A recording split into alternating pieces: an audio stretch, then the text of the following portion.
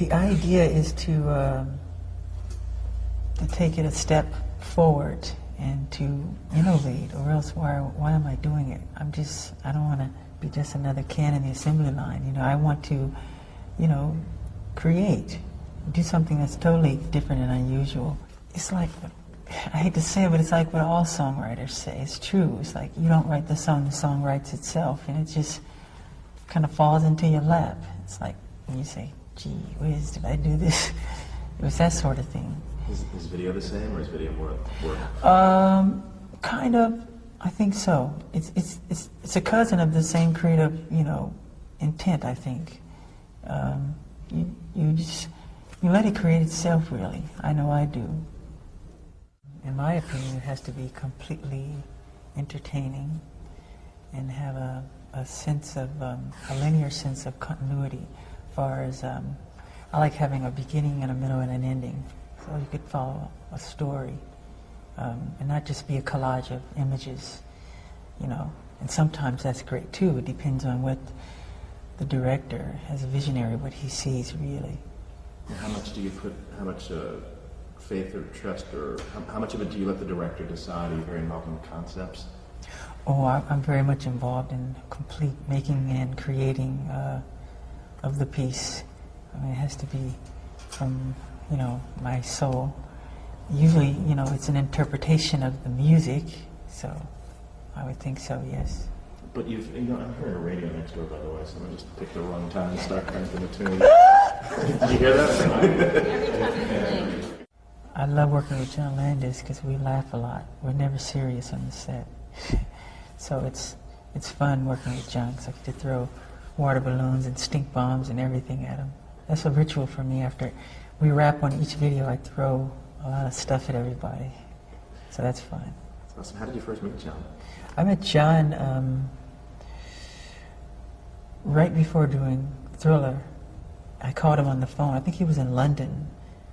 And I told him what I wanted to do and what the concept was. And we came together and we wrote it, the two of us. Now, when you were talking concept with him, did you envision it as being a movie or a music video? Because it seems it's more of a film. No, my idea was to make a short film, with conversation in the beginning and make that kind of linear, and to bookend it with conversation at the end. But John and I, because he's such a fun guy, I really love working with him. We just sat together and chemistry, it started working, He's fun. Do you remember, were you a fan of horror movies in particular? Believe it or not, I'm afraid to watch scary movies. Honestly, I don't quite like to watch them very much. I never thought I'd be involved in making that sort of thing, but I am. Cool. And the two movies that, there's the werewolf scenario at the beginning, and there's the Night of the Living Dead Dance. Did you see any of those movies? No. I did see An American Werewolf in London, which I thought was really fun. No, I hadn't seen the classic werewolf one. When was the last time you saw Thriller? Gee, I don't know. I thought about watching it again, but I don't, because I don't want to scare the children. My idea, I always try to be a pioneer and an innovator in whatever I do, and my dream was to always make, short little films, because I'm a big fan of the Three Stooges. And I love watching Curly, who I think is wonderful. And they make these 15-minute shorts. And I said, gee, I would love to do something like that one day, with a linear story. So this was my opportunity. Rod Temperton, who wrote Thriller, that was one of the first raps, actually. He thought of having a rap at the end of it. And we called up Vincent Price, and he says yes right away. So Rod was taking the taxi from his hotel. He's a German fellow. From his hotel to the studio, and he wrote it within transit. And he did a great job. Did you ever meet Vincent or get to? Yes, I've known Vincent Price since I was 11. And first time I met him, it was at NBC Studios, and he said, "Come here," like that, in his kind of gruesome voice. And I started to cry because I thought he was serious. Because I used to see him by turning the channels, and those kind of, I think he was in The Raven and the House of Wax or something. So he scared me. And was there any talk of trying to get him actually in the video, or Pardon? to actually get him physically in the video? Or was that... No, there was never any talk about that, no. Okay, and some of the dialogue, we were watching the video earlier, and do you remember any of the dialogue from the scenes? Anything that jumps out at you from the film at the beginning with all of... From Thriller? Yeah. Do you have a favorite line or favorite part of that? We were all... Oh, I like the scene when I'm looking at when the girl, all these zombies are coming toward us, and she thinks she's safe with me, you know, being her boyfriend, and she looks over to me and I become one, and then we do that famous pull in and pull out movement, the Hitchcock move, and I love that moment. Then I become one. It's fun. Yeah. It was a delicate thing to work on because I remember my original approach was, how do you make zombies and monsters dance without it being comical?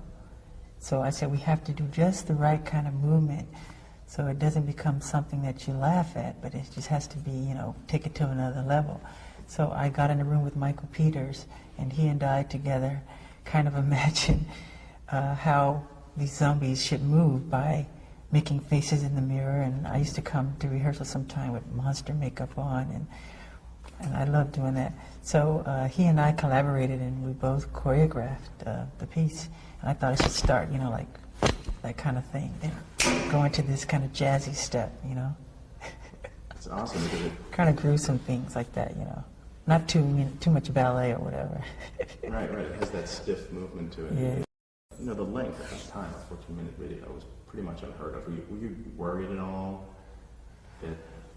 No, because I knew if we did something with substance and content that people would watch, and it had great entertainment value, and if it held you, I knew we'd be okay, and that was the idea, you know. When you made the video, when you were making it, when you finished it, did you realize just what you'd accomplished, that this was going to be this groundbreaking? When I was in the editing room, I knew I liked it. I enjoyed it. You know, it has to be satisfying for me, and I enjoyed what I had seen when we finished it. So I was happy with it. Never totally satisfied, but I was happy. What about it would you have changed if you could? I know I was happy with certain cuts and angles and the timing and, you know, those sort of things, you know. Your own worst critic, huh? Yeah, it has to be just right. Beat It, it makes me think of the song and working with Quincy Jones and all those wonderful people. I love Quincy. He's a wonderful guy to work with. And I remember him telling me to write a song that I would enjoy, you know, with an edge. So I went in my room and wrote Beat It. I don't know why, but I did. About, you know, two gangs coming together. And the song is so self-explanatory that it's so easy to make this short film. And I had seen, I think it was a McDonald's commercial, and I said, God, I like the rhythm and the cut of this commercial. I said, I want this director for this piece. So I reached out to him. So that was Steve Barron, not Steve, I'm sorry, Giraldi. Bob Giraldi, better than me, good. Yeah, Bob was cool. That's awesome, I didn't realize that he came from that world. Yes, he started in commercials. Well, certainly gave him a big opportunity there. Yeah. There was a time, was there a controversy at the time that MTV wasn't playing, you know, wouldn't play the video, and was it Billie Jean or Beat It that basically broke the racial barrier? I think it was Billie Jean, because that came before Beat It. It was between Mickey Schulhoff and MTV. I don't know the whole story. But still, how did that make you feel to finally, you know, to be the one to kind of be the first? It makes me feel happy. It really does. I was glad. Cool. Billie Jean is kind of different because it really doesn't have anything to do with the lyrics of the video. It's kind of a whole different thing. How'd you come up with that? It's kind of surreal and it's different. I didn't come up with that concept. It was, I think, a British fellow. Steve Barron. Yeah, Steve Barron. He just had all these different and I thought he had wonderful ideas, but I let him go with it. The only part I wrote in the piece was I said, I just want a section. I said, give me a section where I could dance a little. Because he said no dancing in the whole piece. He said, no dancing. I said, just give me one little moment.